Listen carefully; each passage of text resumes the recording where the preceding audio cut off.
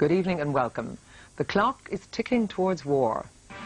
American-led troops mass on the Kuwait-Iraq border with just 4 hours to the deadline. Baghdad is a virtual ghost town. The remaining residents brace themselves for the imminent war.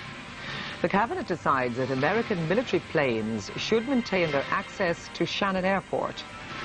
And changing times at Croke Park, the redevelopment plans for Hill 16 get the go-ahead.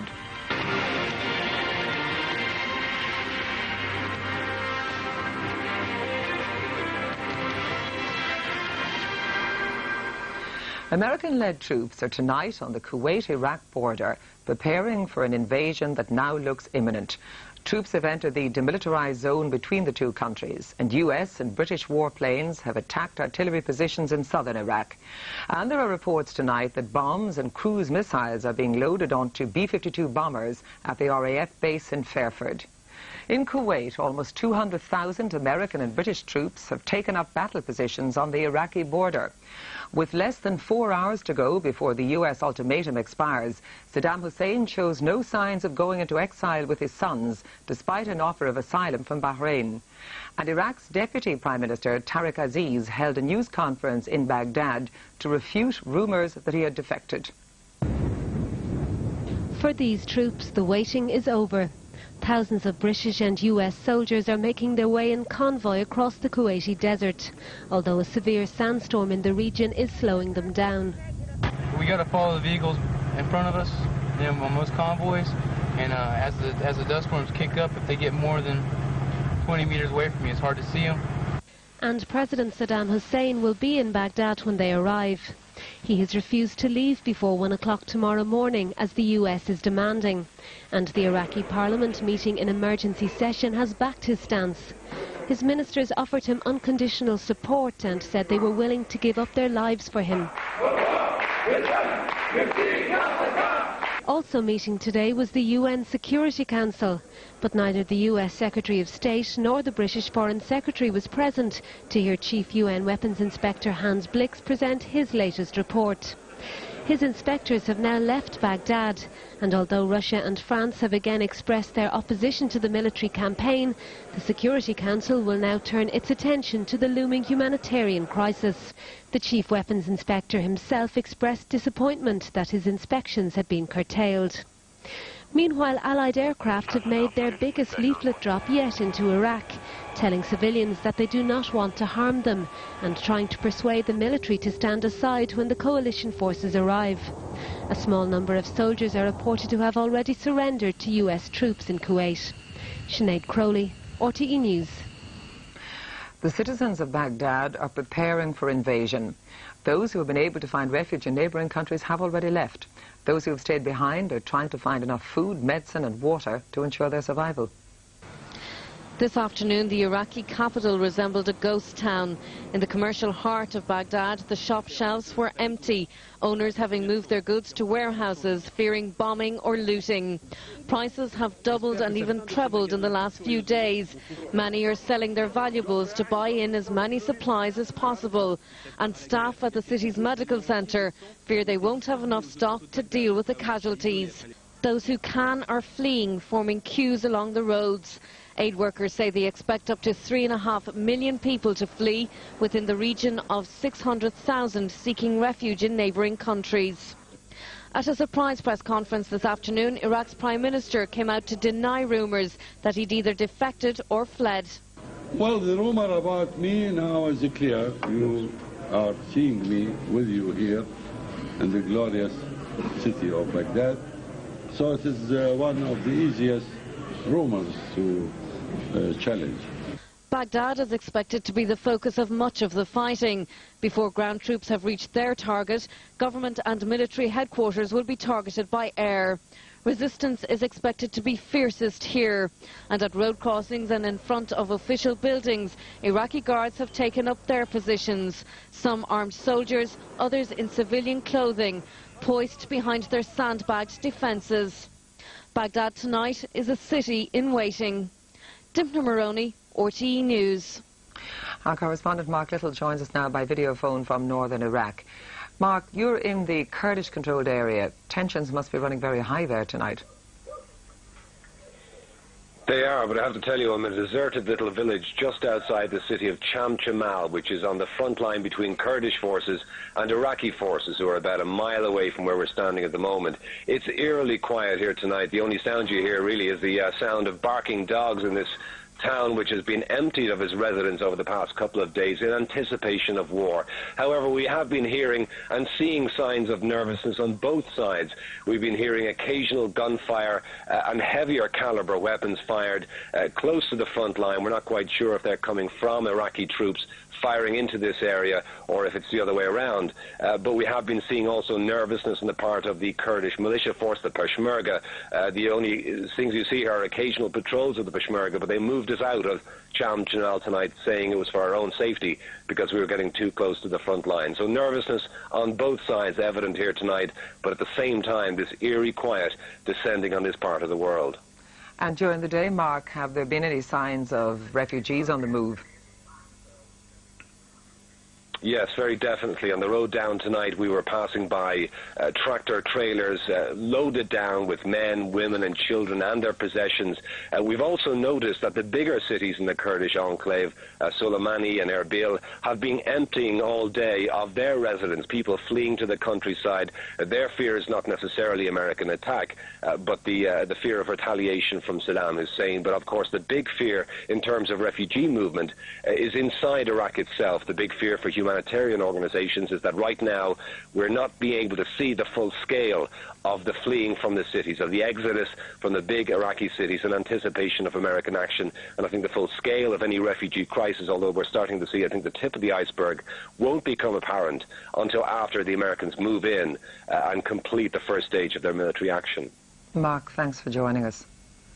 And our Washington correspondent Carol Coleman joins us now. Carol, what's the mood in the capital as the deadline looms? Well, in official Washington, if you want to put it that way, it's one of the quietest days we have seen here in weeks. There's been no sign of President Bush or any of his war cabinet. There hasn't been a peep out of anyone on Capitol Hill. We understand that the President wrote a letter to Congress today saying that diplomacy has failed, that it's now time for war. It's the only option left. We understand that the President has also had a 20-minute conversation by telephone with Tony Blair, obviously wrapping up loose ends, and also he's been talking to the commanders on the ground, trying to decide exactly when to launch this war. But we believe we won't see the President again until he appears on television here to tell the nation and the world that he has ordered the troops into battle. Is the Pentagon saying anything about these reported airstrikes on anti-aircraft artillery and missile systems in southern Iraq? Yes, they are. They're saying that they did drop bombs on about 10 targets. They say there were artillery pieces which they believe were capable of carrying chemical weapons because, as you know, they fear that Saddam Hussein, in one last desperate act, might try to launch the chemical weapons that he is alleged to have against the troops going into Kuwait. They're also confirming that 17 Iraqi soldiers in northern Kuwait have surrendered, and of course they're hoping that that will be the start of a pattern. Any signs of increased security in the capital, Carol? Yes, there is. Of course, intelligence services are saying that there will be retaliatory attacks, and now nobody needs the FBI or the CIA to tell them that. It's just common sense. But there are no-fly zones in force over Washington, D.C. and over New York. The White House has been sealed off, but it didn't stop 25 protesters getting in front of the White House this afternoon to protest against this war, and they were arrested. Carol Coleman in Washington, thanks for that. The Taoiseach has denied that a government motion approving the use of Shannon and continued overflights by the US military constitutes support for the war to come. But Labour said the measure represented the scrapping of our traditional neutrality. But Gael said the government had failed to address the damage done to the UN by the decision to go to war. The Dáil will debate the situation in a special session tomorrow. Brian Cowan running the gauntlet of a small group of protesters as he arrived to the cabinet meeting that would decide on the wording of the motion that effectively spells out government policy on the use of Shannon. To no one's surprise, the facilities will continue to be made available to the US. Speaking to RTE this evening, the Taoiseach insisted that did not make us a party to the conflict to come. Allowing a civilian airport for peripheral ancillary facilities of landing is not engaged or supporting the war effort. That has been it is not participating in the war. That has been our position. That remains our position. For us to withdraw what is there for over 40 years would be seen as a hostile act. Denying that he'd been put under pressure by George Bush, the Taoiseach acknowledged that there were uncertainties about the legality of the planned military action. That precisely is the reason why we're not participating in this war. Our decision today is not to participate. Our decision is as long as there's no second resolution, we are out of this. But the Taoiseach's arguments cut little ice with the opposition. We believe that Shannon should not be used, nor should overflight facilities be allowed in the circumstances. Our stand has always been, as a small, non-aligned, neutral country, to be part of the international order for security and peace, that is the United Nations. This lengthy government motion is already attracting opposition amendments, and with military action possible overnight, the stage is set for a fiery Dáil debate tomorrow. David Davenport, RTE News, Leinster House. And there we take a break. Coming next on the 9 o'clock news. More on the Iraqi crisis from our chief news correspondent in Kuwait. And a second patient is being tested for the new pneumonia virus in a Dublin hospital. Preparing for an invasion that looks imminent. Our chief news correspondent Charlie Bird is standing by in Kuwait. Charlie, that deadline now less than 4 hours away. What's happening there right now? Well, Anne, there's an eerie silence around Kuwait City tonight. It's just after midnight here. In just 4 hours' time, at 4 o'clock in the morning here, the deadline will run out, and after that, any time after that, the military action can take place. As you say, there are at least 150,000 American and British forces massed here, just about 30 kilometres from where I'm standing now. Throughout the day, we've had these amazing sandstorms, but the military planners say, as far as they are concerned, with or without the sandstorms, they can go ahead. Mother Nature may put off the inevitability of war for a few hours, but most people here believe if it doesn't come tonight, it will come tomorrow. And is there any exodus of civilians from the country in general, Charlie? Well, Kuwait was the centre of the last Gulf War. This is a city just bracing itself. We're not far from northern Iraq here. People are saying that if Saddam Hussein wants to take on the people, he may launch some form of a chemical attack on this part of the world. People here don't have gas masks. The journalists have gas masks. Diplomats, all sorts of people have gas masks. It was not the ordinary people in the street. One final thing I would say to you tonight is the 150,000 troops, when they do cross the border into Iraq, we're told they're all going to have on them their chemical suits and their gas masks. Back to the studio. Charlie, thanks for that. A second patient is undergoing tests in a Dublin hospital tonight for the pneumonia. Around 400 Iraqis living in this country. For them, the next few weeks will be difficult and worrying as they try to stay in touch with family members at home. Abu Ayman managed to get through by phone this morning to his family in Iraq. Some of them have fled Baghdad in the last couple of days, looking for safe haven in the surrounding towns and villages.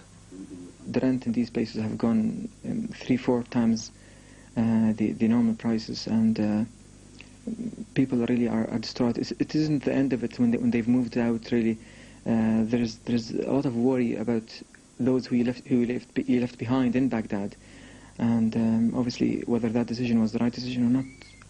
His family told him today of armed government roadblocks around the capital, preventing young men from leaving.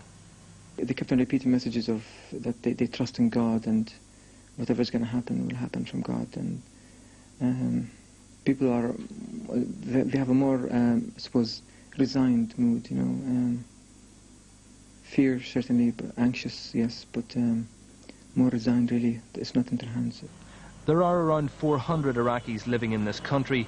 Abu Ayman wants to see the end of Saddam, but fears the destruction and death he says the US-led attack will bring. Bernard McMullen, RTE News. A reminder now that we'll have all the latest news on News 2, that's on Network 2 at 10 minutes to 11 tonight. And the main news again.